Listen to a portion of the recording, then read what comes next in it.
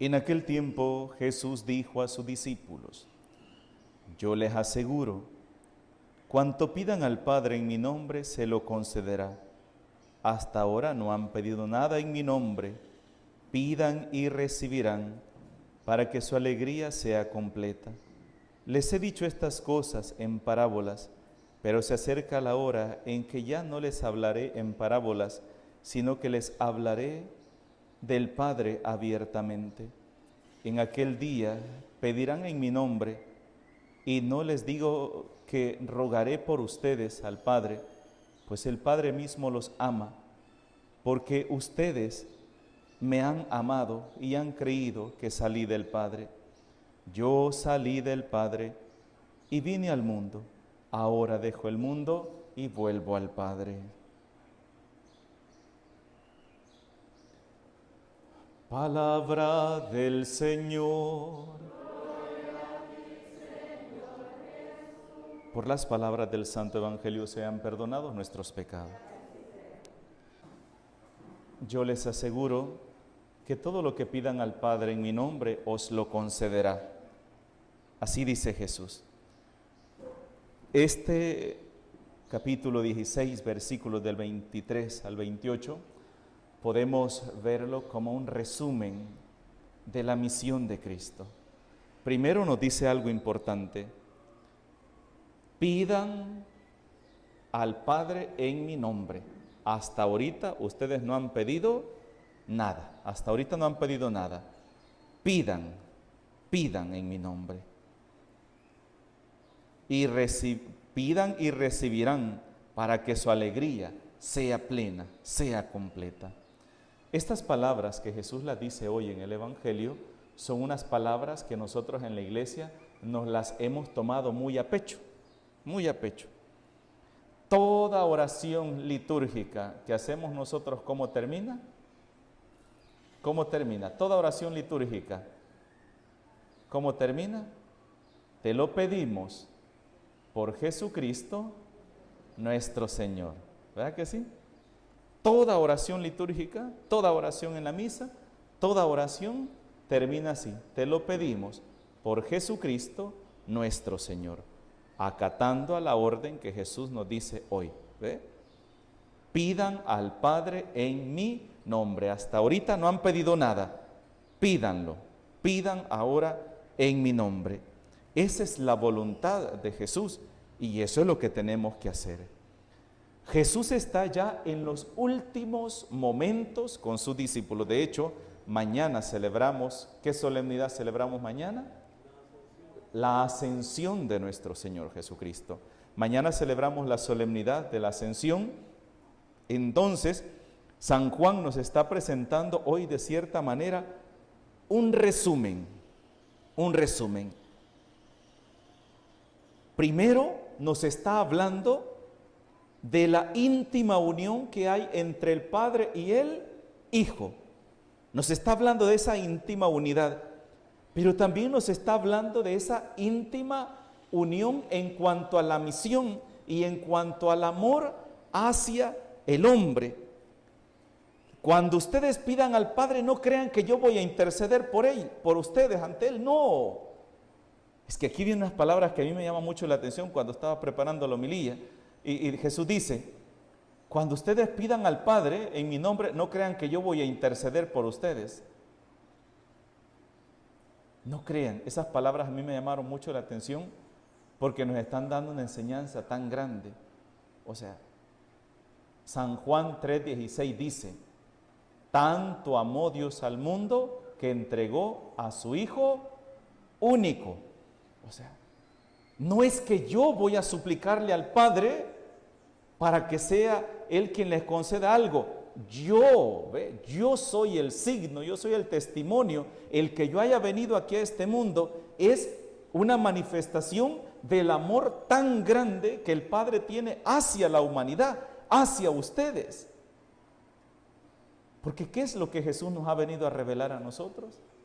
Que Dios es nuestro Padre, que Dios nos ama, que Dios nos ama, que nos ama con una ternura infinita y que no hay pecado en este mundo que no sea capaz de perdonarlo Él.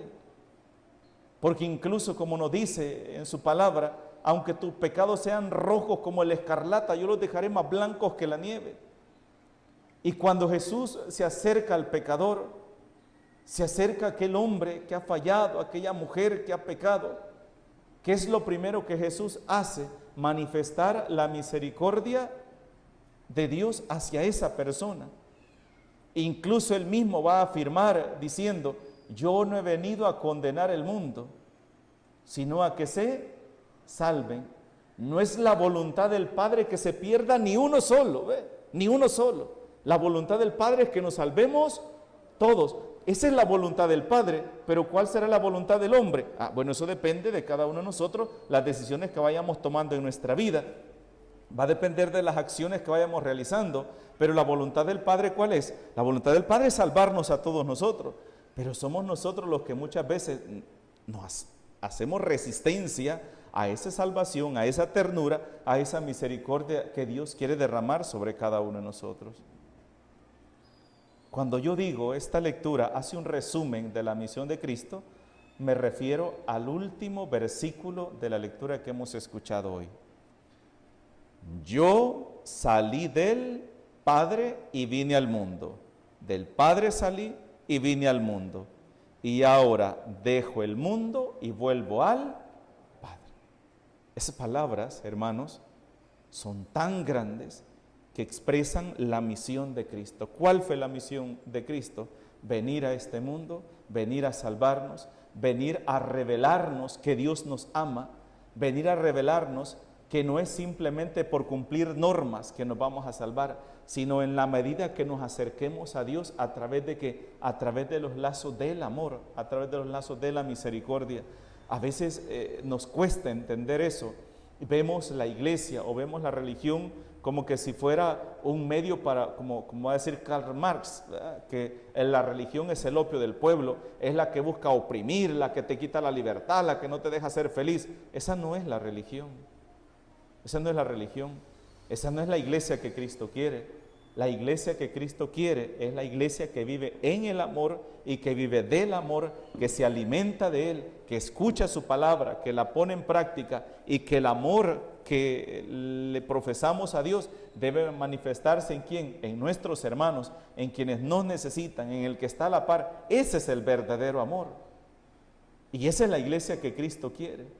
Acuérdense, hermanos, estamos terminando ya el tiempo pascual, estamos ya terminándolo, y acuérdense las últimas palabras que Jesús va a decir el Jueves Santo. Este es mi mandamiento, que se amen los unos a los otros como yo los he amado. ¿Y qué hemos escuchado durante todos estos días? ¿Cuáles han sido las palabras que más han sonado en el Evangelio?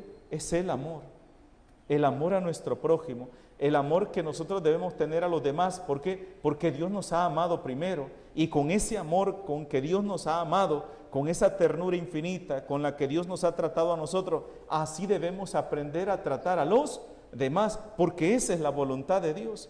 Cuando vamos a la iglesia, no vamos solamente para escuchar a un señor que va a hablar, y ay, a ver a qué hora se apura, ay, ya tardó bastante, ya lleva 10 minutos, ya lleva 15 minutos. No, hermanos, cuando vamos a la iglesia, la primera impresión que tenemos que tener, o la primera perspectiva que tenemos que tener nosotros es, ¿qué me va a decir Dios a mí en mi vida? Ya sea como soltero, como casado, como viudo o viuda, o como niño, como joven. ¿Qué es lo que me está diciendo a mí Dios en su palabra? Y cuando yo entro a la iglesia debo ir con esa actitud, y cuando salgo debo salir contento y decir, Dios me pide que haga esto, Dios me pide que viva de esta manera. O sea, Dios lo que me está invitando es que siga este camino. Pero muchos de nosotros, el camino que Jesús nos ofrece es un camino difícil, es un camino que mucho cuesta, es un camino aburrido. Sí, es más bonito el camino de las parrandas, de la fiesta, de las drogas, sexo. Es más bonito la vida de la tecnología, andar con el celular en la mano, la computadora. Sí, eso es más fácil. Pero díganme, ¿qué fruto vamos a recoger en esa vida? Por ejemplo, estaba leyendo, yo no sé, yo creo que todos han estado siguiendo, ¿verdad? La historia de este muchacho, ¿verdad? Que mató a estos 19 niños, me parece que son, y 2 maestras, ¿verdad? 19 niños, 21 personas son en total. Ese es el dato último que he leído. 19 niños. ¿Qué era este niño? Ellos están hablando mucho de los videojuegos, ¿verdad que sí? Están hablando mucho de los videojuegos, de matar, ¿verdad? Que los niños se acostumbran a eso, porque hay un niño que cuenta un testimonio cuando entró y dicen que este muchacho cuando entró les dijo, les toca morir, niños, les toca morir. En la mentalidad de este hombre, que tiene desequilibrios emocionales, traumas, déficit, tiene un montón de problemas en su mente, para él quizás para eso ya fue un juego. Por eso yo he dicho muchas veces, muchos padres de familia acostumbran a sus niños chiquititos a estar con videojuegos, matando, mira, le voy a volar la pata, ¡pum!, el balazo y la pierna se ve que explota de aquella persona y cae un montón de sangre. Un niño no logra diferenciar entre una película, que es algo ficticio, con la realidad. Para un niño, él ve una película de miedo, por ejemplo, una vez en una comunidad de Victoria, me topé con un niño que me decía, mire padre, hágale oración al niño, fíjate, el niño grita, el niño tiene miedo, el niño llora. Y le digo, ¿qué le pasó? Es que tenía como 4 días el niño de que no dormía y solo llorando y con miedo. Los grandes se ponen a ver una película de Chucky y lo sientan en medio a él. Y el niño tenía como 4 años, 3, 4 años. No, hombre, y el niño se traumó y él veía ese muñeco que iba encima de él. Solo cerraba los ojos y él veía aquello. Y le decía a la mamá, eso es mentira, si es una película. El niño no entiende eso, entre qué es una película, qué es una realidad. O qué. Para él es una realidad. Igual que cuando estaba chiquito, mi mamá tenía un radio amarillo, que no sé si mi abuelo se lo había regalado o quién, ¿verdad? Pero ese radio lo ponía lo más alto posible, porque yo andaba con un machete, quería sacar los hombrecitos que estaban adentro del radio, que hablaban.